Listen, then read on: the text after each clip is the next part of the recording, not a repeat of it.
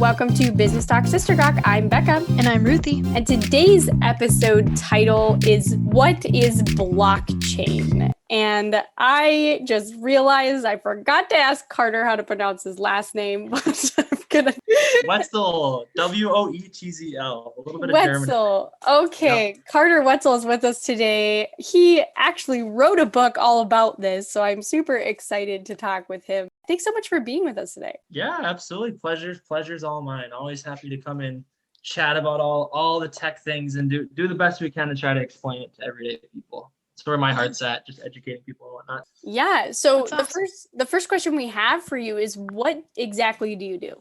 Yeah, so I am in an interesting stage of life because I am a senior in college. So I'm graduating with a computer science and finance degree. I have a startup, and the name of the startup is Secure Secrets. And what we do is we run a lot of different nodes and servers that essentially run the transactions that allow cryptocurrency to work. We're the underlying infrastructure. We're part of that layer that allows all of this magical stuff, Bitcoin, all the stuff you guys have heard about, where we run the actual servers. And that's how we make the money, the big bucks.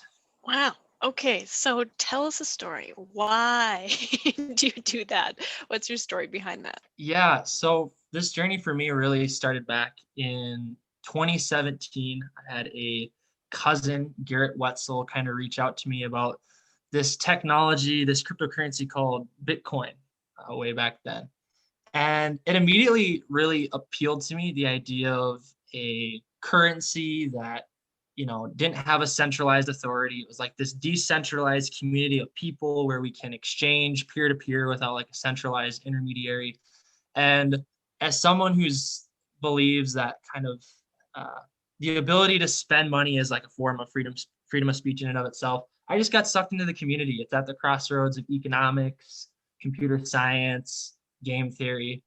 So the subject matter itself just fascinated me. And from there, I read a lot of, to be honest, bad literature. Like, there wasn't a lot of well-written books out there. And so in the process of educating myself on blockchain, I realized I was writing a book. Like, I was actually taking notes for myself. And I'm like, oh, I have 50 pages of notes. Like, this is a book. And so I ended up writing a book. That was a 3-year journey. And in the process of writing that book, met a lot of amazing people. And that's how I ended up meeting my co-founder. Well, he's the founder. I'm the co-founder. And his name's Mohammed Petla. He goes to the University of Toronto. So that's how we ended up meeting each other. And we decided to spin up the business together starting in June of 2020. Wow. There's so many things going on in this. And I would agree with you. Back when blockchain started becoming like really exciting, I remember being like, what exactly is this? And I did a bunch of like research on it, and it was so confusing. Like, it was just like, I felt like I was talking to somebody that either was intellectually far beyond me or just not good at communicating. Yeah, yep. So the next question we have for you is, what does that mean today for going through the technology? How does it work? Yeah, so I always like to kind of start with the problem, because if I give the definition of blockchain and I give the whole like, oh, this is what it is, it doesn't really mean anything, right? So I'll start with the problem. Like, when you go to the gas station and you pull out your credit card and you purchase like a Diet Coke, for instance, a lot of people don't realize that there's a lot of different steps in between, right? There's trust that has to happen between you and the person at the counter. There's this intermediary where the credit card has to essentially reconcile ledgers between banks, between different organizations. And so something that people think is a peer-to-peer transaction isn't actually peer-to-peer. There's all these different individuals in the middle that are taking away value. They're taking a little portion of it. And so the question that blockchain is all about is, can we have peer-to-peer transactions without an intermediary, right? And that's kind of what blockchain is. It's this network of nodes, different devices. Everyone's interconnected, and we all share the same set of rules. Everyone shares the same exact ledger. Every single person can all see these different transactions going on. And it makes it super difficult to game. It makes it super safe. And it allows me to transact with you without a bunch of different intermediaries in the middle. So that's kind of what blockchain is. It's this big set of rules that allows everyone to transact fairly, without that centralized intermediary. Okay, so Huh. that's kind of the basic premise of it. And honestly, I'm hearing you say all these things, and I'm like, wow, I think every single person who listens to this podcast is going to have to listen to like 10 episodes of your podcast to kind of wrap their head around this. But who originally invented blockchain? Like, how was that created? Yeah, so it's funny writing the book. A lot of people think cryptocurrency, oh, Bitcoin, like 2000, like right after the 2008 financial crisis, there was this anonymous person named Satoshi Nakamoto that posted this paper that pretty much outlined Bitcoin. It outlined a way for us to change currency forever, to kind of potentially break away from the broken banking system in some capacity and kind of let people and decentralized communities retake control of currency. But what people don't know is that the ideas of blockchain have actually existed since 1970. There is a professor from Wow. Berkeley called David Cham, and he outlined every single component of blockchain, like the actual moving technology components, except one individual component that Satoshi Nakamoto in 2008 essentially solved. It has to do with this consensus programming mechanism so that people can't game it. I'm not going to go into the details there, but the ideas have existed for over 50 years, but the actual implementation and use of it has only been around for about a decade now. So it's older than people think, but wildly young in the grand scheme of tech and currency. Yeah. So why do people want to use blockchain over other things? I think you answered it a little bit, but could you give us like an example of how people use it now? So in terms of where people are actually using it, so I've actually done over 800 transactions on a big range of blockchains. So for me, using cryptocurrency is actually more familiar than using like Venmo. So right now in my browser, like on my Chrome browser, I have a cryptocurrency wallet. On my phone, I have a wallet, and it looks no different than Venmo does. The difference is that with cryptocurrency and blockchain, there's all these different apps that are being developed, all these different decentralized apps that are created. Um, for instance, right now there's decentralized lending. I can essentially take out a collateralized loan, no paperwork. All you need is an internet connection, totally permissionless. Anyone in the world globally can interact with all these different apps out there.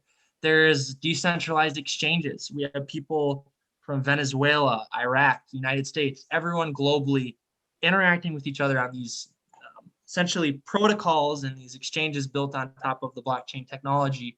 And it's all permissionless. It's all kind of free entry for anyone. Okay, so let's just say like you did get a loan through blockchain. How are you responsible for paying that back, and how do people keep you accountable if there's no stops to letting you take that out?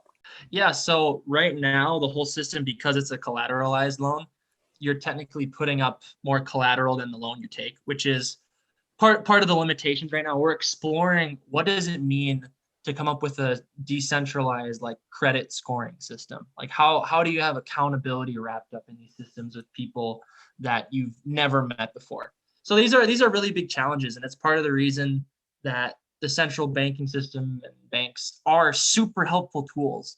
They do provide a layer of accountability.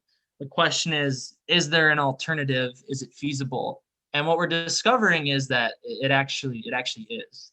And so decentralized lending, decentralized finance, there's all these different tools that are being built out that are wildly valuable, and they kind of mimic a lot of these different exchanges, options trading, a lot of different trading related stuff that we can do without kind of a centralized exchange. For the everyday layman, there's right now we're at about 70,000 different vendors, including Microsoft, Expedia, AT&T. They're accepting cryptocurrency as an option. So we're seeing more and more vendors globally accept it. So straight up as a currency, it's becoming more usable, more valuable. And a lot of people don't know just how rapidly merchants are starting to onboard cryptocurrencies as an option. So yeah, there's lots of different fun use cases out there, but those are the two big ones I like to talk about, is just currency and decentralized finance are the fun ones to not, without Okay. going too deep in the weeds. Yeah. So then how does all of this tie into the stock market? Yeah, so I think it's really interesting in that a lot of these different cryptocurrencies, they're not like firmly attached to a sovereign nation. So companies that exist within the stock market, they are attached to the U.S. economy, right? They're attached to, the ebbs and flows of the economy based off of inflation, based off of Federal Reserve, based off of different legislation and regulation. Whereas something like Bitcoin and these different cryptocurrencies, because they're decentralized and neutral, they're kind of a hedge against sovereign economies in some way. It's part of the reason we've seen Bitcoin, skyrocket from $5,000 to $20,000 to $50,000, where it kind of stands today, is more and more institutional investors, even including the Teslas of the world, are putting Bitcoin on their balance sheet because it's a hedge against crazy inflation in the United States. One thing people don't know about is that for the longest of time, economies of scale have driven prices down on products quicker than inflation. So what that means is we don't really feel the impacts of inflation on our everyday goods, because technology, factories, all of that, we've made prices cheaper and cheaper and cheaper. But in the 21st century, we're starting to come to a point where economies of scale are slowing down with manufacturing. Mm-hmm. And guess what that means? It means everyday people are going to begin to feel inflation big time. It's not sustainable. The Federal Reserve can't just print $6 trillion and not have everyday people be deeply impacted. And that's what Bitcoin is. It's a hedge against inflation of massive sovereign nations globally. Wow, there's so much there. I'm just so excited about. I apologize for, it's like this. It's always funny. Oh, this could be my doc story. It's not really a doc story, but the number of times I'll be like, there's one time I was at Taco Bell with some friends and people in a parking lot. It was really random, but like we're eating our Taco Bell, we're having a good time, and then someone's like, "So Carter, I heard you wrote a book. Like, what's blockchain?" And the whole room just went completely silent. And I was like, no, like that takes like 30 minutes to an hour. I can't just like sprint through that for you. But I try. And that's what a podcast is, right? It's the best attempt to not like sit down and, like with paper and pencil draw out things, because sometimes that's what it takes. Yeah. So how have you seen technology change since you started working with blockchain? The biggest change is that we're finally seeing products come live. So back in 2014, 2015, like there was this massive community of like capital and investors that were excited about cryptocurrency. They were excited about smart contracts, which is like a whole different discussion of how do I say this, on a transaction layer, a settlement layer. I won't go into detail there. But long story short, back then, wildly smart people were writing these papers called white papers. They would outline different protocols, different products, and people were just kind of like throwing money at these people, like millions and millions of dollars, and there was no product, which is not good, by the way. That's really not how businesses should be started, in my opinion. I think products should be built first and capital should come later. That's yeah. But now in 2020, 2021, we're seeing these research projects that sat there for 5-6 years finally launch and have real products and have users jump on board and start to use them. That's the biggest difference that we're seeing. There's so many developers and builders, and the cool part too is we're seeing the best talent in the world enter into this domain. I get to work with some of the most brilliant people from MIT, people from Berkeley. People love this decentralized movement. They love the ethos behind it. So it's like, what am I going to do? Am I going to go work for Amazon, like this potentially soulless company, or am I going to go work in this very exciting startup community of collaborative people trying to build a better world of finance, this open permissionless system globally? So yeah, the people are great.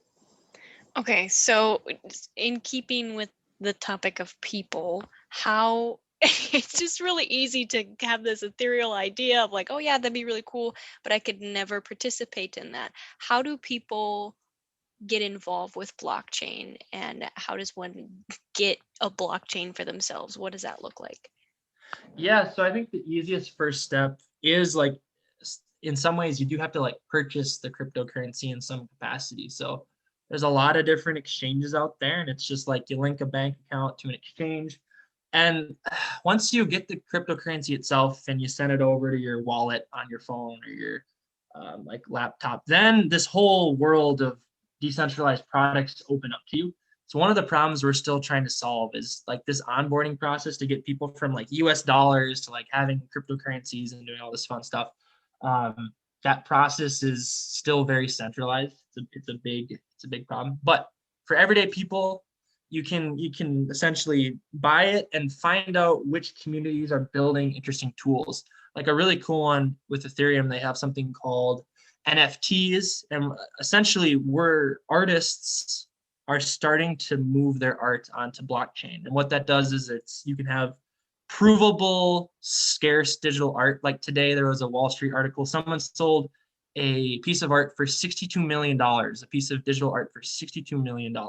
So there's this entire art community that's being sprung up on certain blockchains. We have different music communities that are starting to be sprung up.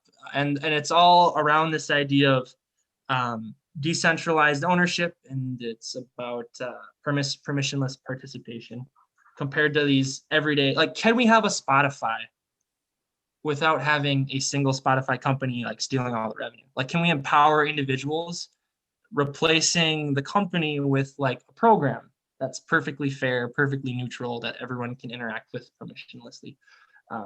So I honestly, I lost track of the question in that train of thought. Well, you're saying, how do you find like different things you're interested in?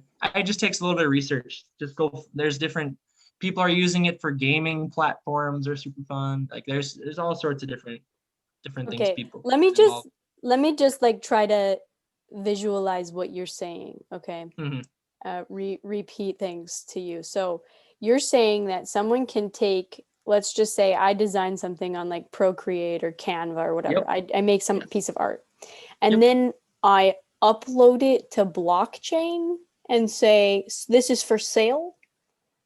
Pretty much, yeah. And the thing is, we have like apps and websites, no different than like we use every day on the internet. And the back end is interacting with the blockchain. But like when you're on like a web page, looking and uploading your art to a website to like sell it to other people, that looks like a totally normal user experience, right? Like no different than browsing an Amazon or Facebook, whatever have you. Like these are the front ends look totally normal. It's the stuff that's happening in the background that's being swapped out that brings in blockchain into the picture as this decentralized intermediary instead of like a centralized server website. Okay. So then what I'm hearing from that is it's basically like a separate internet Yes. almost. We call it Web 3.0 because we want to build a world where we empower individuals and we remove the middleman. Like a lot of technologies that get created, they automate away the little guy. But blockchain automates away the big guy. We get rid of the big guy and we allow everyone else to be empowered to interact with each other directly on these platforms, Yeah, which so is crazy, by the way. That's why a lot of big players don't like it, because it represents an existential threat in some ways to the power dynamic that kind of exists out there. okay, so are there any specific programming languages or math core? What would someone need to know to get started if they were going to say, I want to do blockchain for myself? In terms of being like a developer or a user, or what do you mean by that question? Ruthie can tell you what we mean by that. Well, like, is what kind of programming language is used to manage the blockchain platform? Like JavaScript, or like how does it even work to program it? Yeah, so like I said before, we have your traditional front ends. You know, you can do HTML, JavaScript, CSS, Vue.js, whatever the heck you want your front end to look like. And then you pretty much have your JavaScript interact with like an API that's attached to a blockchain. So yeah, front end skills are still wildly valuable. The people that are modifying the protocols themselves, like these blockchain protocols, or making that back-end infrastructure. There's a lot of different languages out there. Rust is the one that's super in demand. Like if you can program in Rust, you will be instantly hired in the blockchain domain for like 200K plus right now, like straight up.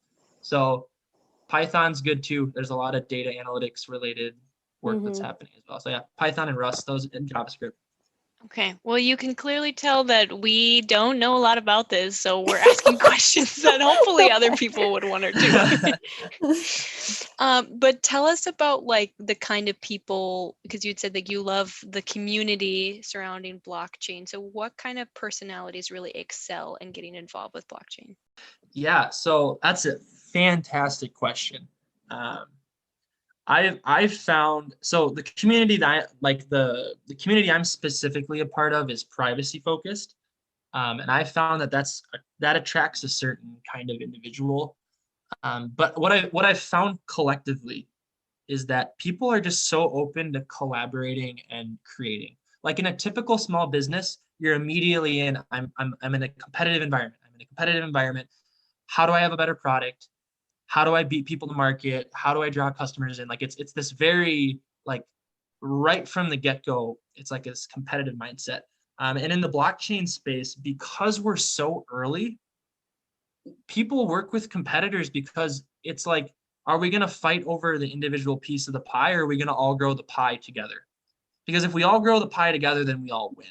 So I straight up have people that are doing the same thing my business is doing, and we collaborate all the time. We technically compete on customers, but if us working together means our ecosystem gets 100,000 new customers or like users, then like that's 100 times better than competing over the 1,000 customers that are there right now.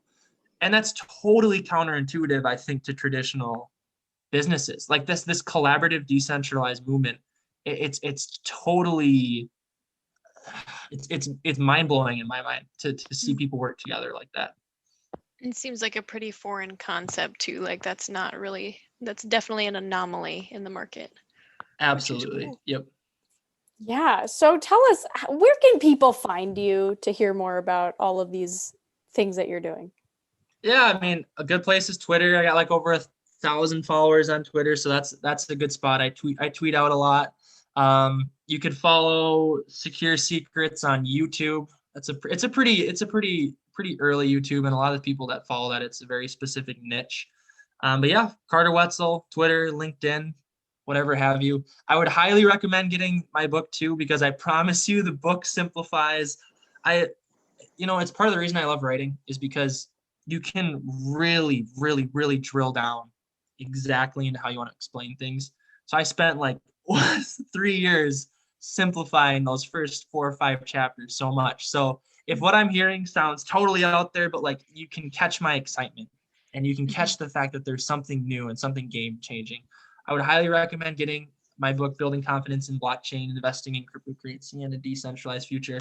I walk through it from the very beginning, and I'll build you up to the very end.